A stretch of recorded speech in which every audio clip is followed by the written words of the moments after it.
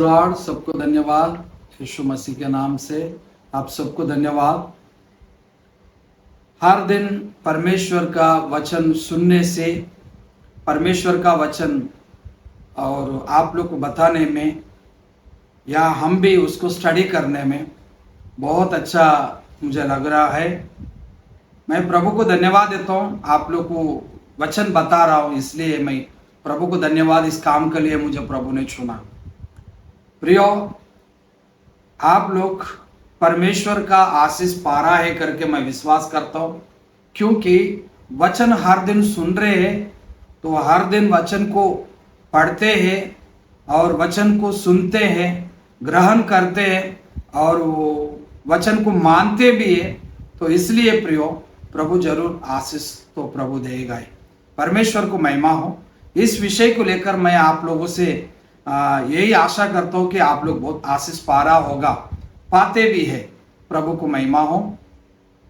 प्रियो, इससे पहले दो हम सब्जेक्ट देखा था कि एक दूसरे से प्रेम करना है, वो सब्जेक्ट हो गया, और दूसरा सब्जेक्ट भी हो गया था एक दूसरे को क्षमा करना, एक दूसरे को क्षमा करना। ये दो सब्जेक्ट हो गया। और तीसरा सब्जेक्ट है एक दूसरे के साथ कैसा रहना। ये सब्जेक्ट है प्रियो, एक दूसरे के साथ हम कैसा रहना। ये बाइबल परमेश्वर का पुस्तक क्या कहता है, इस विषय में हम सुबह सुबह बाइबल का वचन को ध्यान करेंगे। वचन को सुनकर ऐसे ही नहीं छोड़ेंगे प्रियो, वचन को मानेंगे। हम मानेगा तो हमारा जीवन में परमेश्वर कार्य करेगा। और वचन को सुनकर छोड़ना नहीं। परमेश्वर कहता है, परमेश्वर का कलीसिया में या समाज में या हम कैसा रहना है, तो प्रेम से रहना है, क्षमा करते हुए रहना है। और तीसरा सब्जेक्ट भी चालू है प्रियो। इसलिए मैं आपसे कहता हूं, हर एक वचन को मानकर रहना। जब मानते हैं तो परमेश्वर का आशीष भी आते हैं प्रियो। हम सबका ऊपर परमेश्वर का हुक्म है। हुक्म मतलब उनका वचन को मानना, वो बहुत परमेश्वर खुशी होता है, क्योंकि उनका वचन को मानने से हमारा जीवन में आशीष भी मिलता है, परमेश्वर खुशी रहेगा। आइए हम तीसरा एक दूसरे के साथ कैसा रहना, इस सब्जेक्ट भी हम पढ़ेंगे। कोलोसी पुस्तक 3 अध्याय 13 वचन को हम पढ़ेंगे। और यदि किसी को किसी पर दोष देने का कोई कारण हो तो एक दूसरे की सह लो। यदि किसी पर दोष देना कारण हो फिर भी एक दूसरे को सह लेना। कारण बहुत कुछ रहेगा, उनका ऊपर दोष देने के लिए कारण बहुत कुछ रहेगा, लेकिन बाइबल कहता है, परमेश्वर का वचन कहता है, एक दूसरे को सह लो। प्रियो, परिवार में सह लो, पति पत्नी में सह लो, बच्चों से सह लो, कलीसिया में सह लो, समाज में सह लो, जो काम पे है उधर भी सह लो। दोष देने का बहुत कुछ कारण होगा, बिना कारण से कोई कुछ बोलता नहीं है। सामने वाला कोई आपको कुछ बोला, कुछ तो कुछ गड़बड़ या कुछ तो कुछ होगा, फिर भी इसलिए आपको दोष देने का कारण रहेगा। बाइबल कहता है दोष देने का कारण रहेगा, फिर भी सह लो। परमेश्वर का वचन कहता है सह लो।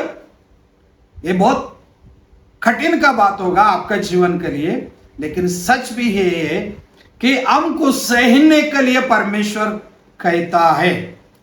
मानना चाहिए प्रियो, वचन को मानना चाहिए। अगर हम दूसरे को सह लेगा तो हमको कोर्ट क्या है, पुलिस स्टेशन क्या है, अशांति क्या है, शांति रहेगा। सहेगा तो शांति रहेगा, अगर नहीं सहेगा तो चिड़चिड़ और झगड़ा चाहे किधर भी हो। तो इसलिए परमेश्वर हमको शांति से रखने के लिए परमेश्वर कहता है सह लो। क्या प्रियो, हम सही लेने से क्या हमको कुछ परमेश्वर क्या हमको कुछ तकलीफ देता है? नहीं। हम सहने से हम हमारे लिए क्या परमेश्वर ने वादा रखा, वादा मतलब आशीष का बात रखा है। परमेश्वर को महिमा हो। तो आइए हम एक एक आशीष का बात को देखेंगे। मत्ती सुसमाचार 10वां अध्याय 22 वचन को हम पढ़ेंगे। मेरे नाम के कारण मेरे नाम के कारण सब लोग तुमसे बैर करेंगे, सब लोग तुमसे बहर करेगा, पर जो अंत तक धीरज धरे रहेगा जो अंत तक धीरज धरे रहेगा उसी का उद्धार होगा। उसी का उद्धार होगा।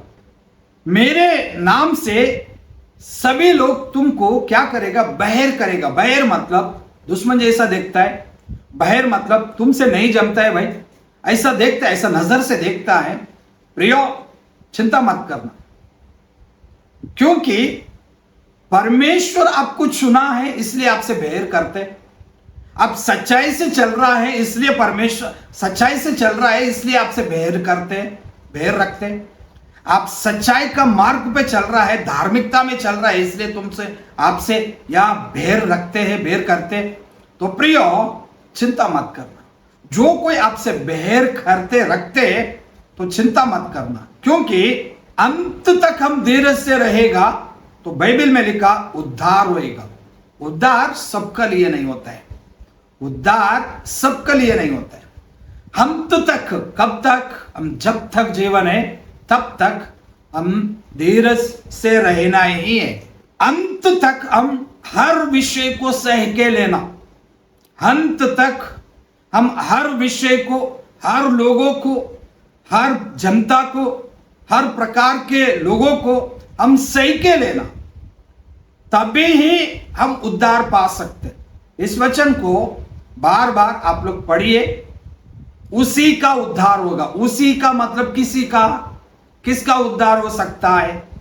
जो अंत तक सहेगा उसी का ही उद्धार होगा। प्रियो, मैं आपसे कहता हूं, हम प्रभु को माने हैं, हम परमेश्वर का भवन में जाते हैं। क्या हम परमेश्वर का भवन में परमेश्वर का वचन सुनने के लिए, परमेश्वर का आज्ञाकारी होने के लिए, परमेश्वर का आशीष पाने के लिए हम जाते हैं? प्रियो, क्या इस आज्ञा को भी हम पालन क्यों नहीं करें? अंत तक हम धीरज धरे रहेंगे, अंत तक हम सहते लेंगे, अंत तक हर लोगों का, हर प्रकार के लोगों का क्रिया को, चाल चलन को क्या करेंगे? सही के ले लेंगे। ऐसा लेने से हमारा उद्धार होएगा। एक बात याद रखना, हमारा उद्धार होएगा। परमेश्वर इसलिए कहा एक दूसरे को सह लो। हम एक दूसरे को सहते हैं तो हमारे परिवार में स्वर्ग इधर ही है, स्वर्ग इधर ही, हमारे परिवार में, हमारे कलीसिया में स्वर्ग इधर ही है। जब तक हम सहते नहीं, इसलिए तो झगड़ा होते हैं। हम सहते हैं तो हमारा परिवार में स्वर्ग है।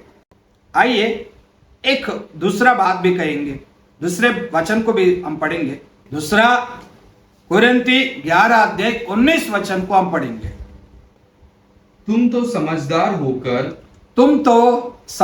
होकर आनंद से मूर्खों की सह लेते हो। समझदार होकर आनंद से मूर्खों की सह लेते हो। तो वचन में लिखा है हम आनंद से मूर्खों को भी सह लेना रहता है। प्रियो, कोई लोग मूर्ख लोग रहता है, बाइबल में लिखा मूर्खों को सह लेना। ठीक है, आपका जितना परमेश्वर का वचन सामने वाला को मालूम नहीं होगा, आपका परिवार को मालूम नहीं होगा, या समाज को मालूम नहीं होगा, धार्मिकता हो या अच्छा हो, इसलिए वो मूर्ख बना तो आप सह लो। क्या होता है? हम सह लेने से क्या होता है? याद रखना, उद्धार होता है। फैसला, हम सह लेने से क्या होता है? मूर्खों को सह लेने से हमारा उद्धार होता है। क्या उद्धार का मतलब क्या है? हम स्वर्ग में जाएगा। हमारा शरीर से जब प्राण निकालते हैं तो हम स्वर्ग में जाएगा। हमारा आत्मा को उद्धार है। मूर्खों को सह लेना। प्रियो, सामने वाला मूर्ख है आपका नजर में, ठीक है, सामने वाला कोई भी हो व्यक्ति मूर्ख है तो ठीक है प्रियो सही लो, या चाहे परिवार में हो, समाज में हो, मेहमान में हो, रिश्तेदार में हो, कलीसिया में हो, तो सहने के लिए परमेश्वर का वचन कहता है। प्रियो तीसरा बात भी हम पढ़ेंगे, एफेसी 4 अध्याय 2 वचन को पढ़ेंगे। अर्थात सारी दीनता और नम्रता सहित और धीरज धरकर प्रेम से एक दूसरे को सह लो। परमेश्वर को धन्यवाद बोलो। नम्रता, दीन और धीरज से, प्रेम से एक दूसरे को सह लो। गुस्सा से नहीं, चिड़चिड़ से नहीं, लिखा है ना, नम्रता, दीन, धीरज और प्रेम से। 4 बात हो गया, नम्रता, दीन, धीरज और प्रेम से एक दूसरे को सहने का परमेश्वर का वचन कहता है। प्रियो हम बड़े बड़े वचन को सुनते, बहुत गहराई का वचन भी सुनते। प्रियो ये बात धन्यवाद, सुनते, लेकिन इस बात को भी हम मानेंगे। आशीष का बात जब सुनते हैं, कई परमेश्वर का भक्त लोगों का, परमेश्वर का दास लोगों का आशीष का बात भी सुनते, परमेश्वर को धन्यवाद। इस बात को भी हम सुनेंगे, मानेंगे, हमारे जीवन में इस वचन को हम मानकर चलेंगे। नम्रता, दीन, धीरज और प्रेम से एक दूसरे को सह लेना। परमेश्वर कहता है एक दूसरे को सह लेना। ऐसा सहने से ही हमारा उद्धार होता है, बाकी नहीं। इसलिए कहा उसी का उद्धार होगा। किसी का उद्धार होगा? जो इस वचन को नहीं मानते उसी का नहीं, जो वचन को मानते, क्रिया भी करते, वचन के अनुसार जीवन रहता है, तो उसी का उद्धार होता है। परमेश्वर को महिमा हो। इस वचन को मैं आशा करता हूं आप लोग मानकर इस वचन के अनुसार चलेगा करके। आइए हम छोटा से प्रार्थना करेंगे। हे पिता परमेश्वर, धन्यवाद देता हूं प्रभु, एक दूसरे को सहने के लिए हमको शक्ति सामर्थ्य दे। धन्यवाद देता हूं प्रभु, जो मूर्ख है उनको सहने का। प्रभु धन्यवाद देता हूं प्रभु जी, जो मूर्ख है उनको सहने के लिए आप परमेश्वर आप कहता है। धन्यवाद प्रभु जी, कई प्रकार के लोग हमारे सामने रहते हैं, उनको भी सहने के लिए आप सामर्थ्य दे। दीन से, नम्रता से और प्रभु धीरज से और प्रेम से सहने के लिए आप सामर्थ्य दे प्रभु। धन्यवाद, इस वचन को जो कोई सुना उनका जीवन में सहन शक्ति आत्मा यीशु मसीह के नाम से आने पाए। आमीन आमीन। सबको धन्यवाद। Praise the Lord. दूसरा वीडियो में दूसरा बात देखेंगे। धन्यवाद।